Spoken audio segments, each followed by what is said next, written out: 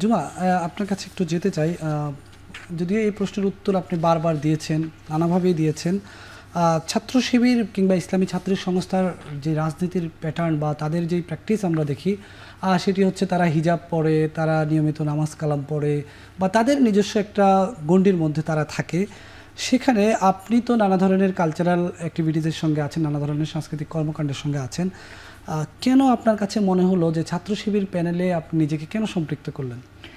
দেখুন, এইটা শুধুমাত্র ছাত্র শিবির বলেই আমি তাদের সাথে হয়েছি তেমন না। আমি বরাবরই বলেছি, যারাই বাংলাদেশপন্থী রাজনীতি করবে, যারাই বাংলাদেশের পক্ষে আওয়াজ তুলবে, তাদের সাথে থাকতে আসলে আমার কোথাও কোনো ক্রাইসিস নেই।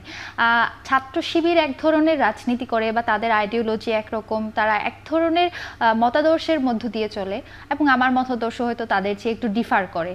তবুও দেখুন, আমি তাদেরকে আমার গণ্ডিতে আসতে বলছি না, তারাও আমাকে তাদের গণ্ডিতে যেতে বলছে না। তো ডিফারেন্সটা যেই জায়গায়, আমাদের আদর্শিক ডিফারেন্স আছে, তবে আমরা সবাই বাংলাদেশপন্থী আরও অনেক দল আছে যাদের সাথে কাজ করতেও আমার কখনো কোনো ক্রাইসিস তৈরি হবে না বলে আমি বিশ্বাসী। এই জায়গাটাই আসলে আমরা ইনশিওর করতে চাই। ঢাকা বিশ্ববিদ্যালয় থেকে আমরা এই প্র্যাকটিসটা শুরু করতে চাই। কেউ কাউকে আমরা ওন করব না, আমরা একজন আরেকজনের সাথে আদর্শিক এক ধরনের হয়তো আমাদের ডিফারেন্স থাকবে, কিন্তু যখন কাজ করতে হবে, যখন বাংলাদেশের পক্ষে, ঢাকা বিশ্ববিদ্যালয়ের পক্ষে, শিক্ষার্থীদের পক্ষে আমাদেরকে কাজ করতে হবে, আমরা অ্যালায়েন্সে যাব, আমরা একসাথে কাজ করব, নিজেদের সেই ডিফারেন্সটাকে মেনে নিয়েই।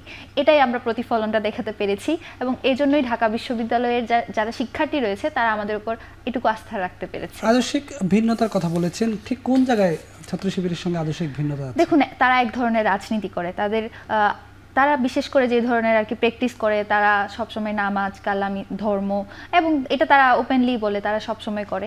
হয়তো এই জায়গাটায় আমরা তত বেশি প্র্যাকটিসিং না, বা তারা যেই চিন্তা চেতনাগুলো লালন করে সেটার সাথে হয়তো আমাদের একটু ডিফারেন্স আছে। ভিন্ন ধারার রাজনীতি করি, বা কালচারালি আমরা হয়তো একটু ডিফারেন্স, আমাদের বেশভূষা থেকে শুরু করে হয়তো সব কিছুতে একটু ডিফারেন্স আছে। তো সেই জায়গাটাই আসলে আদর্শিক একটু ভিন্নতা। আমি তো একেবারে, কেউ তো কাউকে সম্পূর্ণভাবে ওন করে না, তারা ওই জায়গায় অ্যালায়েন্স তাদের সাথে আমি করেছি শুধুমাত্র বাংলাদেশপন্থী হওয়ার জন্য বা রাজনীতির স্বার্থে। আদর্শিক এইটুকুই আর কি ডিফারেন্স, যে তারা এক ধরনের মানে যে কি বলে সেটাকে, স্ট্রাকচারের মধ্য দিয়ে যায়। আমার স্ট্রাকচারটা আরেকটু ভিন্ন। কিন্তু শিবিরের বিরুদ্ধে তো অভিযোগ রয়েছে তারা বাংলাদেশপন্থী না। আপনার কাছে কেন মনে হলো যে তারাই বাংলাদেশপন্থী, বা এই জায়গাটাকে কিভাবে ব্যাখ্যা করবেন? দেখুন, শিবির নিজে বলছে তারা বাংলাদেশপন্থী। এখন তারা যদি বাংলাদেশপন্থী হয় এবং তাদের কাজকর্ম যদি 24-এর আন্দোলনের কথাই বলেন, 24-এর আন্দোলনে তারা যে শহীদের তালিকা প্রকাশ করেছে, 24-এর আন্দোলনটা তো বাংলাদেশের স্বার্থেই। বাংলাদেশ যে, দেখুন, এই কথাগুলো আসলে বলতে গেলে অনেক কথাই আসে, অনেক বিস্তারিত আলাপের ব্যাপার। বাংলাদেশের বর্তমান সময়ে সবচেয়ে বড় ক্রাইসিস কিন্তু ভারতীয় আধিপত্যবাদ। এটা আপনাকে অস্বীকার করার আসলে কোনো ওয়েই নেই, এটা আপনাকে মানতেই হবে। তো সেই জায়গা থেকে ভারতীয় আধিপত্যবাদের বিরুদ্ধে যারা সবচেয়ে বেশি ভোকাল, বা যারা সবচেয়ে বেশি কথা বলছে, আমি তাদেরকে আমার মিত্র মনে করি। তো সেই জায়গা থেকে তাদের যে শহীদের তালিকা, তাদের যে কন্ট্রিবিউশন যেগুলো সামনে এসেছে, সেটার পরে আমার কখনোই মনে হয়নি যে তারা বাংলাদেশপন্থী না।